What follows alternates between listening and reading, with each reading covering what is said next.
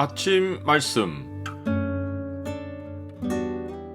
오늘 본문 말씀은 요한계시록 13장 1절에서 10절입니다.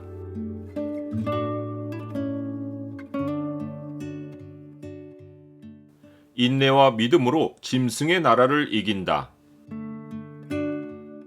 오늘 본문을 약속의 창으로 보면 하나님의 말씀을 따라 사는 자가 누구인지가 보입니다.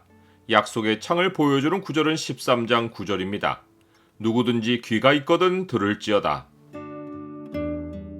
요한이 보니 바다에서 한 짐승이 나왔습니다. 짐승이 바다에서 나온 이유는 용, 곧 사탄과 물이 관계가 있기 때문입니다. 앞에서 보았듯이 용, 곧 사탄은 혼돈을 상징하는 물을 자기 힘으로 사용하며 바다를 거점으로 삼고 있습니다. 그런데 물은 상징이면서 동시에 문자적 의미입니다. 불교는 용왕이란 존재를 말하며 용이 왕이 된 것을 의미합니다. 이것은 하늘에서 내쫓긴 사탄이 스스로 왕이 된 것을 암시합니다. 이 용왕은 바다에 살며 비와 물을 다스리는데 다른 종교들도 같은 개념의 신을 섬깁니다. 예를 들면 가나안 사람들은 비의 신 바알을 섬겼고 블레셋 사람들은 상체는 인간이고 하체는 물고기인 바다의 신 다곤을 섬겼습니다. 요한이 본 짐승, 곧 바다에서 나온 한 짐승은 다니엘이 예언한 네 짐승 가운데 하나입니다. 짐승은 제국을 상징하며 세 개의 짐승은 이미 과거의 역사입니다. 즉, 첫째는 독수리의 날개를 단 사자와 같은 짐승으로 바벨론 제국을 상징합니다. 둘째는 곰과 같은 짐승으로 바사 제국을 상징합니다. 셋째는 새의 날개 넷과 머리 넷이 달린 표범과 같은 짐승으로 헬라 제국을 상징합니다. 끝으로 네 번째 짐승은 요한도 목격한 짐승으로 어떤 땅의 동물과 비교되지 않습니다. 이것은 로마 제국을 상징합니다. 다니엘은 이 짐승을 이렇게 묘사했습니다. 내가 밤 환상 가운데 그 다음에 본 넷째 짐승은 무섭고 놀라우며 또 매우 강하며 또 쇠로 된 큰 이가 있어서 먹고 부서뜨리고 그 나머지를 발로 밟았으며 이 짐승은 전에 모든 짐승과 다르고 또 10뿔이 있더라. 로마 제국은 과거에 멸망했지만 성경은 마지막 날 세상 종말에 로마 제국이 부활할 것을 예고하고 있습니다. 이 짐승에게는 뿔이 10이 있는데 이것은 바벨론의 느부갓네살 왕이 꿈에서 본 신상의 발과 발가락을 연상하게 합니다. 그 발과 발가락은 다니엘이 본 네 번째 나라이며 세상 마지막에 일어날 나라인데 얼마는 쇠이고 얼마는 진흙입니다. 이것은 쇠와 같은 로마 제국이 종말까지 지속하다가 부서질 것을 알려준 것입니다. 그 짐승은 머리가 7이고 10뿔에 10왕관이 있습니다. 7머리의 왕관이 있지 않고 10뿔에 있는 것은 그 제국의 힘이 왕들에게 있지 않고 그 제국 자체에 있다는 것을 말해줍니다.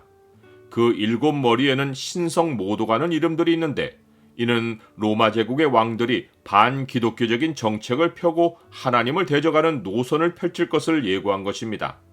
이 예고대로 과거 로마 제국은 수많은 성도들의 피를 흘렸습니다.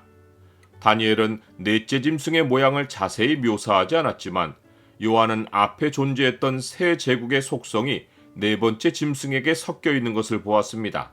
즉, 그 짐승은 표범과 비슷하고 그 발은 곰의 발 같고 그 입은 사자의 입 같았습니다. 이것은 지금의 유럽연합을 연상케 합니다. 즉, 유럽연합은 서유럽과 동유럽만 아니라 헬라의 그리스와 중동 세력의 일부인 튀르키예 등도 연합시킴으로써 바벨론, 헬라, 페르시아의 성격을 다 수용합니다. 그런데 그 짐승의 머리 하나가 상하여 죽게 된 것 같았습니다. 이것은 처음에 로마 제국이 멸망한 것을 의미합니다. 그러나 그 죽게 되었던 상처가 나았습니다. 이것이 세상 종말, 곧 42달의 기간에 부활할 로마 제국의 지도자입니다. 이때 온 땅이 놀랍게 여겨 그 짐승을 따르고 용은 이 짐승에게 곧 마지막 로마 제국에 자기의 능력과 보좌와 큰 권세를 주어 사람들이 용에게와 짐승에게 경배하며 누가 이 짐승과 같으랴 누가 능히 이와 더불어 싸우리요 라고 말할 것입니다. 짐승이 살아나서 용으로부터 받는 권세는 두 가지입니다. 첫째는 과장되고 신성 모독을 말하는 입을 받고 42달 동안 일할 권세입니다. 종말의 로마 제국은 반기독교적 정책을 펼칠 것입니다. 두 번째 권세는 각 족속과 백성과 방언과 나라를 다스리는 권세입니다. 죽임을 당한 어린 양의 생명책에 창세 이후로 이름이 기록되지 못하고 이 땅에 사는 자들은 다 그 짐승에게 경배할 것입니다. 나는 세상 종말에 성도들과 세상 사람들이 뚜렷하게 구별된다는 사실을 압니까? 마지막 날에 관한 계시는 귀가 있는 자만 들을 수 있고 그들만이 이 날을 준비할 수 있습니다. 짐승의 권세에 굴복하여 절하는 자들은 사탄에게 사로잡혀 노예가 되고 짐승의 나라 제도의 희생이 될 것입니다. 하지만 하나님은 성도들이 인내하고 말씀을 굳게 믿으면 짐승의 표를 받아 짐승의 나라의 노예가 되는 일이나 희생을 당해 생명을 잃는 일이 없을 것을 약속하십니다. 마지막 날을 자유인으로 살며 생존하는 길은 인내와 믿음입니다. 사로잡힐 자는 사로잡혀 갈 것이요 칼에 죽을 자는 마땅히 칼에 죽을 것이니 성도들의 인내와 믿음이 여기 있느니라.